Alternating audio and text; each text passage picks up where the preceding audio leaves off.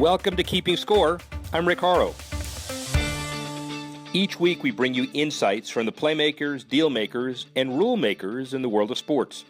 I'll give you my take on some of the items of the week using my 30 years of experience doing deals for teams, leagues, and players in the $750 billion business of sports. Plus, we'll talk with a central figure in the sports world. The views expressed in this podcast are my own and do not represent the views of Reuters. Let's get started. Sunday and Thursday nights are hot. Monday nights less so for the TV networks carrying NFL games, according to the Sports Business Daily. NBC averaging close to 24 million viewers for its Sunday night games to date, marking the best figure for an NFL primetime package through Week 8 since 1996. CBS, which has all of its games simulcast on NFL Network, has been averaging nearly 18 million viewers for its showing of Thursday Night Football, up about 1 million viewers for a package of games that featured a string of lopsided scores last season. ESPN is averaging 13.2 million viewers for its Monday Night Football games to date this year, down 6% from last year, but up from figures in both 2012 and 2013. NFL streaming, television, new media, internet is still the gold standard for all professional sports. Oh my gosh. 4, replacing foul ball at Petco Park. Top golf brand Callaway teamed up with the San Diego Padres to provide golf on the baseball diamond. The creative course, comprising 9 par 3 holes crisscrossing the park, sold out all of its initial public tee times within the first 3 hours of going online for $50 per person, according to local media reports. 2 days were added to help accommodate the over 1,000 parked on a waiting list, meaning 1,600 or more golfers were swinging for the fence at Petco Park in the home base of Phil Mickelson. As a result of the Padres' clever off-season innovation, other MLB teams have been in contact about bringing a similar event to their own parks, notably the Boston Red Sox and Texas Rangers. Also intrigued are NBA and NHL reps, as teams and sponsors alike continually look for new ways to give fans a unique and unforgettable sports experience. Oh, he's in the clear, he's got away! Saved! And MLS in Miami, real or not? Tim Lewicki, David Beckham's top negotiator, said this past weekend the owners of the private land needed for a soccer stadium in Miami, quote, probably will blow the deal up, according to local media sources. Lewicki warned that failing to negotiate with local landowners over the property within a few weeks could be the end of Beckham's push to bring his own MLS team to South Florida. The partnership continues to make progress with the city to purchase land across the street from Marlins Park and then transfer it to the Miami-Dade School Board, which would shield the new stadium from property taxes. Lewicki said that parallel negotiations to purchase 6 private parcels on the proposed stadium footprint have, quote, stalled as landowners haggle for unreasonable prices. Given the history of fall stadium and arena starts in South Florida over the last 30 years, all aspects of this deal should be carefully monitored as a reality check. Now to the former head of special events for the National Football League, who started his own company advising leagues and cities on events. Frank Zapovitz, how are you? I'm doing great, Rick. Thank you. How are you? I am wonderful. Talk about the company first, and then we'll back and fill with NFL and otherwise. Talk about Fast Traffic. Absolutely. Well, Fast Traffic Events and Entertainment is an event management and consulting company. In many cases, it's not there to produce events, although it does that too. It's there to really advise people how to create better events from the things that they're already doing. Really unsurfacing the potential in the programs that they have in place, and it has been doing that internationally in the U.S., Canada, and Australia. Give me a few ideas or clients or whatever you can say about the diversity of Frank Zapovitz after he kind of graduated the NHL, then the NFL, but now you're out on your own. Tell us about the out on your own stuff, then we'll back and fill. I think one of the most rewarding projects that I've worked on in recent year is for the National Rugby League in Sydney, Australia. They have a grand final. It's probably the number 2 sports event in the country, right behind their own State of Origin series, which is a series of call them All-Star games, I guess, that happen throughout their season. The National Rugby League does a grand final in Sydney each year. I went to it a couple of years ago, and one of the things I was asked was to look at it and see what kind of potential it had to generate more revenue, more impact, more media. And frankly, what I found was it needed to do more for its fans. So the NRL, this past October, staged their very first fan festival in Sydney Harbour. It's actually in Darling Harbour, and had 40,000 people attend in its very first incarnation for over the course of 3 days. Tremendous success. The sponsors see it as a great opportunity. They're already coming to the party for the 2016 NRL Grand Final. It's called NRL Nation. That's the name of the fan festival, and I think it's the beginning of something very big out there. Well, and the commonality of this, Frank Sapovitz, CEO, President, Fast Traffic event company, but with the NFL for a number of years, the commonality here is that mega events are very important beyond just the sporting event itself, which is a kind of unique and neat segue to the Super Bowl. In Super Bowl I, the average NFL, the advertising price was about $40,000 for a 30-second spot. Now we're approaching $5 million. We can take the comparative statistics. It was on 2 networks, and you basically helped take it to where it is today. Do people understand how big an event, and not only that, what kind of a year-long task it is to make sure it's successful on a year-to-year basis in a different venue every year? Well, and I built it on the shoulders of some great people who were there for 40 years before I was. So I was there for 10, and the Super Bowl did grow and became something even bigger than it was 10 years ago. But the fact is that it's become an American cultural experience far more than the game itself, as you suggest. The fact is that people watch the television program not just for the game. They watch it for the commercials. Everybody knows that. And this year, commercial time is up to about $5 million for a 30-second spot.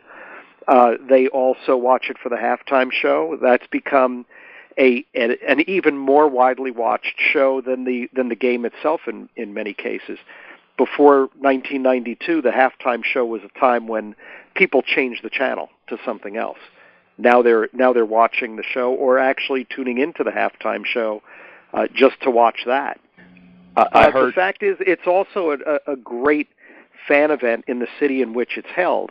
And now there are not only parties for people who are well-connected or people who are willing to spend the money, but NFL Experience has been around since 1992. It's grown to a huge 800,000 square foot interactive football theme park. And over the past few years, that's been amplified and complemented by a local fan event that's free out on the street called Super Bowl Boulevard or Super Bowl Central. Super Bowl Boulevard in New York closed Broadway for a half a mile, and more than 1.5 million people visited that in the course of 4 days. Frank, tell me, was there, in the 10 years you were there, a magic moment, an aha moment, where people said, we're going to grow this exponentially? You're right. I mean, Super Bowl, I guess, was your first one that you ran, Super Bowl 39? 40. I was Super there, Bowl but 40. I ran 40. So for the first 40, obviously, you graciously talk about building it, but how did it get to be that big? I understand you're now mentioning some of the common areas of diversity that everybody can experience, but was there one magic moment, or did it just evolve? I think it evolved over time, but there was also a moment, I guess, around Super Bowl 45 when in Dallas and North Texas, where the Super Bowl was less than a great experience for people. And the weather was terrible. The logistics didn't work because of the size of the market and the fact that you couldn't get around easily during very wintry weather. Far deeper winter than they had ever experienced in the past.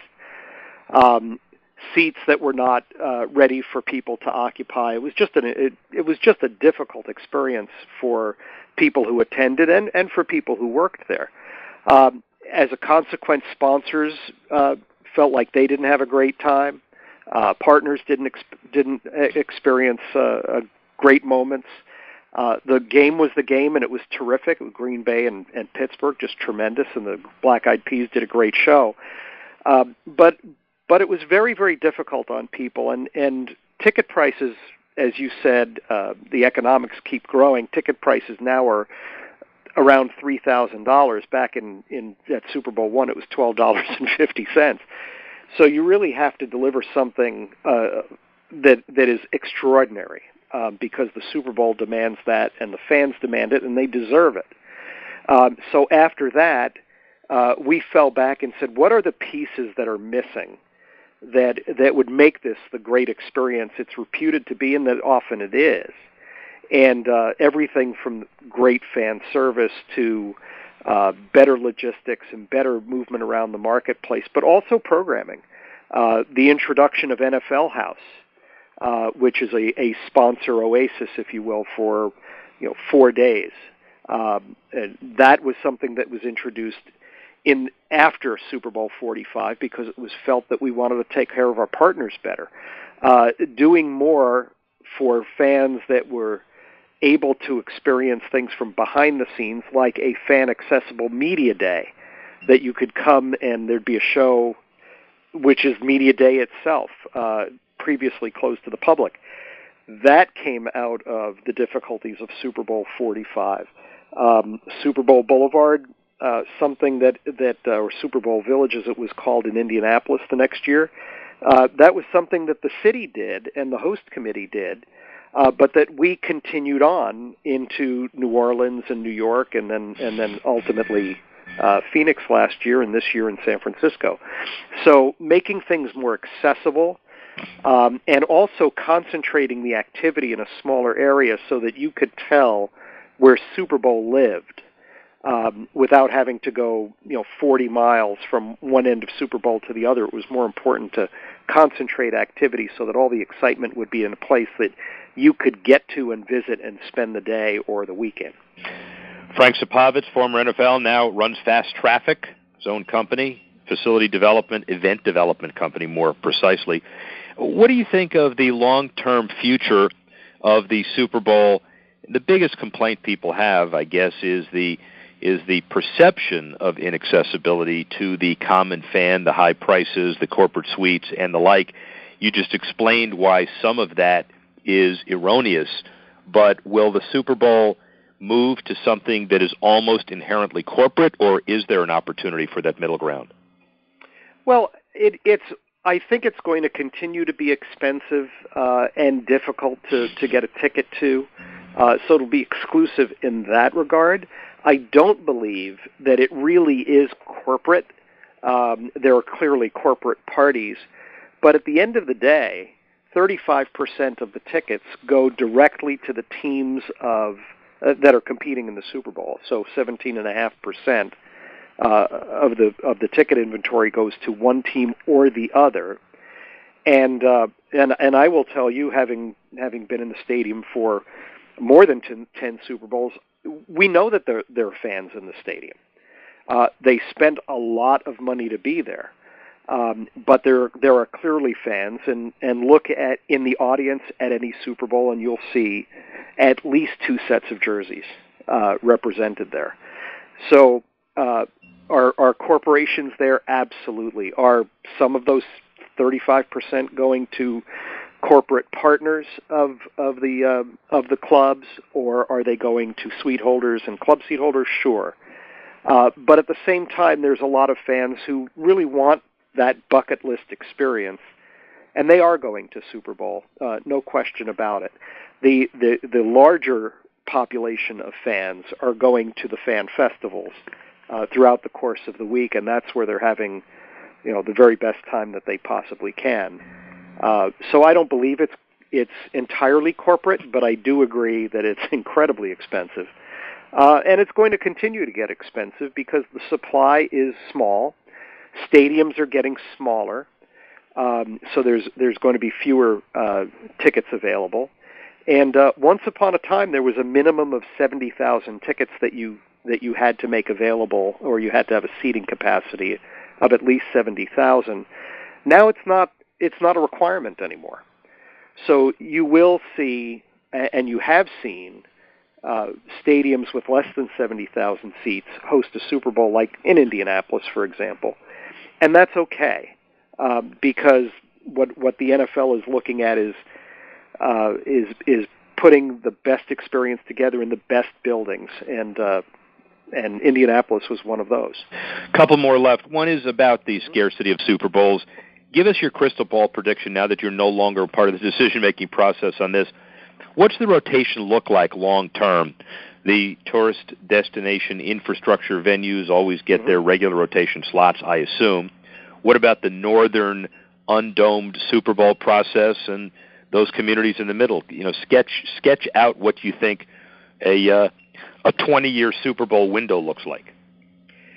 I think that you'll continue to see Super Bowls in favorite locations that fans have come to expect. Clearly, Miami is a perennial favorite.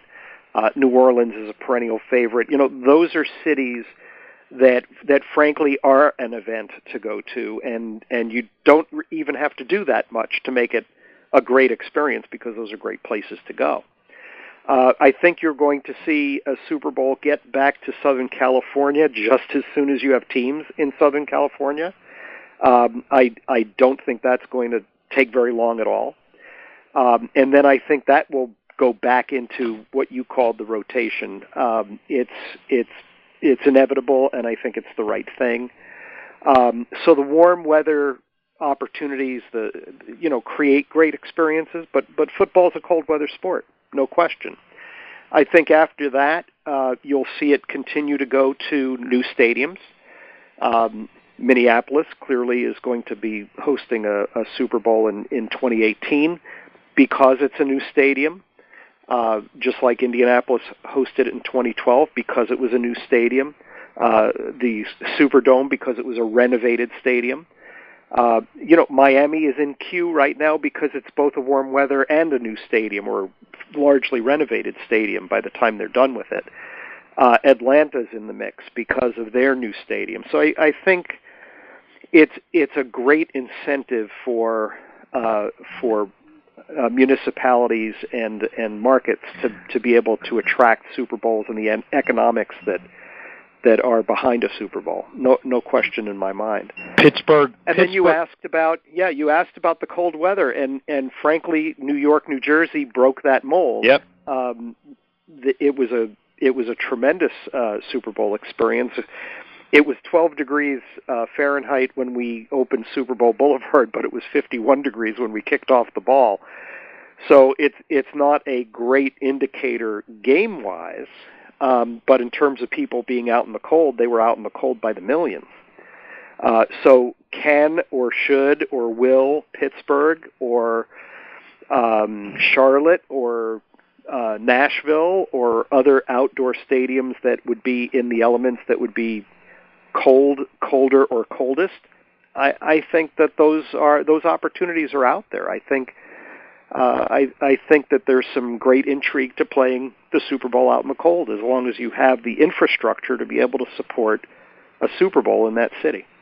There you have it, giving thousands of mayors and other communities leaders hope that it really is possible, including the gutsy move of the week, and the most creative move you've ever seen, is that the Steeler Brain Trust applies for Super Bowl 57, knowing full well that Heinz Field sponsors 57 flavors of ketchup. So that's about the most bizarre and intriguing matchup ever. Did they get 57? What do you think? I don't know.